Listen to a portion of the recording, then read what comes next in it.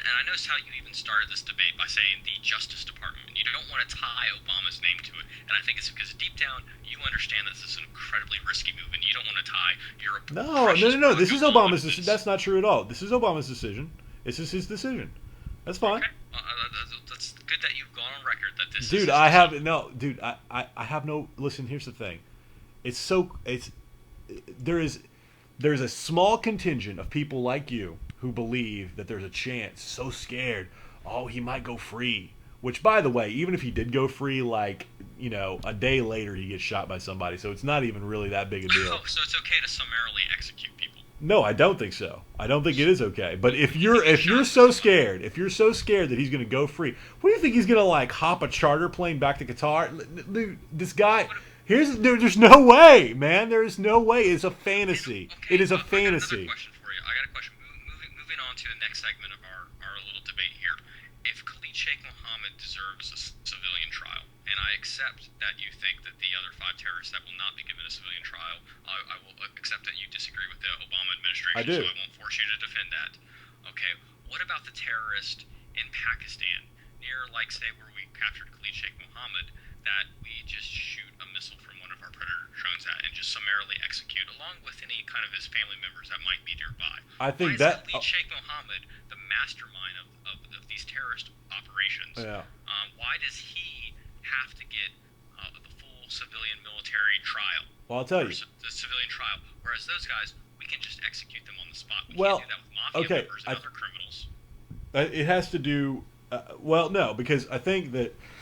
Okay, the Geneva Conventions say that when you capture someone, you have to treat them humanely and give them a reasonable system of laws to evaluate them.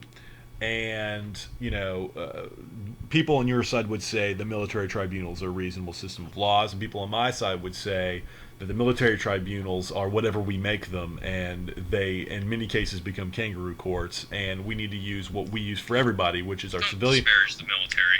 The military will not Well, become I'm not kangaroo. disparaging it. I'm telling you the Supreme Court said that using those military tribunals was unconstitutional. So don't tell me I'm disparaging the military, all right? The Supreme Court, your right wing Supreme Court, headed by what's his face, Roberts. This look to try and disparage me by saying I'm disparaging the military. No, it's been well established that you can set any system of rules and guidelines for those military tribunals. I'm not talking about a court martial for someone in the military. I'm talking about what we did to the detainees at Guantanamo Bay under Bush. That's a different deal, all right? And that's been established as being unconstitutional. So don't get on my case about that. Now then, what I was saying was that we have the option of using that system, or we can put them through our own system of justice. So we put them through our own system of justice once they've been apprehended. Now, if you're talking about someone in the battlefield and whether or not it's within the system of international law to kill someone in the mountains of Pakistan because our predator drone finds them, however that works, and gets them, I will say that is a different discussion completely from what we're talking about. Because No, what it's I'm not. It's saying is, not. yes, it is, Because and here's you why. skirted Here's the why. Here's issue. why. Well, let me. No, I'm not skirting the issue. You're trying to No, I'm saying expand you it. brought No, up no, the no, no, issue. no. I'm saying Because you now we're brought up talking about the issue. international law in a different aspect. Because the Geneva Conventions apply to prisoners that have been apprehended. All right, that applies to prisoners of war. That's what the Geneva Conventions apply to. I'm talking about once someone has been apprehended. Khalid Sheikh Mohammed is not by any standard to be a prisoner of war by the Geneva Conventions. The Geneva Conventions specifically outlines the conditions for which you are granted POW status, including things like wearing a uniform and being in a declared state of war, which is why in 1942 we were able to put on four or five, I can't remember which, German citizens that were infiltrated into our country. We were able to put them on military trial and have them summarily That executed. was before the Geneva Conventions. The Geneva Conventions were in 1949. The Geneva Conventions, if you've read them, will specifically state that you have to be wearing a uniform, you have to belong to countries that Yeah, are but you just gave this example of the Germans, etc. and that The was not. Germans, That the was thing is, no. they Geneva were Conventions took place. No, Chris. The they Geneva were Conventions. saboteurs. No, Chris. The Geneva Conventions came about after World War II. You just gave an example of German saboteurs during World War II to support your argument. which would not have been even the Geneva Chris, Conventions that have been changed in 1949 would not have prevented us from executing them because they were not abiding. Why would you give that example? All right. Anyway, let me say what I'm going to say about it. We can move on to a more modern example if you like, Shane. Well, no. It's not about what I would like. We can move on to U.S. forces now. It just shows when you use that example and you refuse to acknowledge that it doesn't have anything to do with the modern system because the Geneva Conventions have been adopted. Let me give you another example. You reject that example. Our forces in Afghanistan, when they first got there, it was largely a lot of special operations forces. And what was happening is they were wearing native garb completely from head to toe, which is okay for the spy services to do, but the spy services know that they're not going to be granted any kind of Geneva Conventions.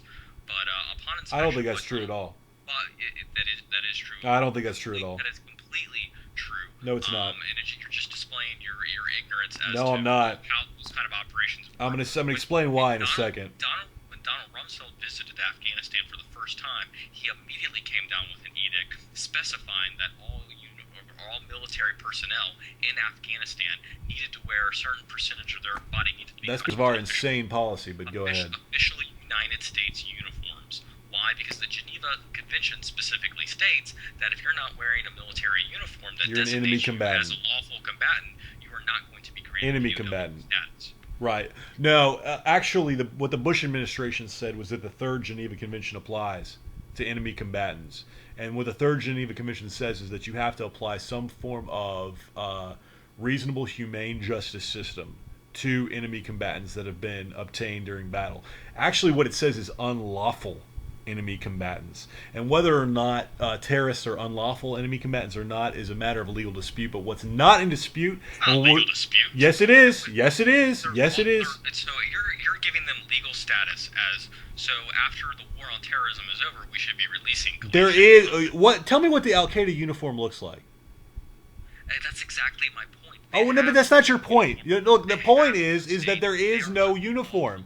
If there's no uniform, that doesn't... Look, okay, the bottom line... That's one interpretation. That is a conservative... Chris, that is a conservative legal interpretation. There are people on my side that are well established that say that that's not the case anymore. And they're nutty. No, they're not nutty. You're nutty. All right? For you to say that this former system that applies to nation states can't be adapted. And by the way, even the Bush administration says that the Third Geneva Convention applies to terrorists that have been apprehended. All right? And it says that we have to give them a system of justice. It says we have to give them some system of justice. We have to give them the United States. No, it doesn't, but it's our choice what we want to do. Whether or not we want to use military tribunals or whether or not we... Any clear-thinking person would choose. No, because the military tribunal... By the way, if you're saying that, then you're saying the Supreme Court is a bunch of people that don't think clearly. Because they said that the military tribunal system we used until 2005 was suspect in too many ways and was not a sufficient legal protection. They did not reject the premise of a military tribunal, which is why Barack Obama himself is going to... Chris, the fact that they were... He's going to modify the military tribunal and continue to conduct them for all but Khalid Sheikh Mohammed. Which I disagree with. Which I disagree with. His show trial so that he can continue to show people that I'm not George Bush, because that is his only basis for being the leader of the free world. A civilian trial in this country is not a show trial. It is the most advanced form of justice in the world. Yeah, tell that to everyone who is watching O.J. Simpson. All right, well, move to another country if you don't like America, you America-hating bastard. Well, I think we've reached the limits of any intelligent discussion tonight, and we're out of time on this episode of The Conversation. We hope you've enjoyed listening to us. I'm Chris, and this is Shane, and we're signing off for the night. All right, we'll see you guys next time.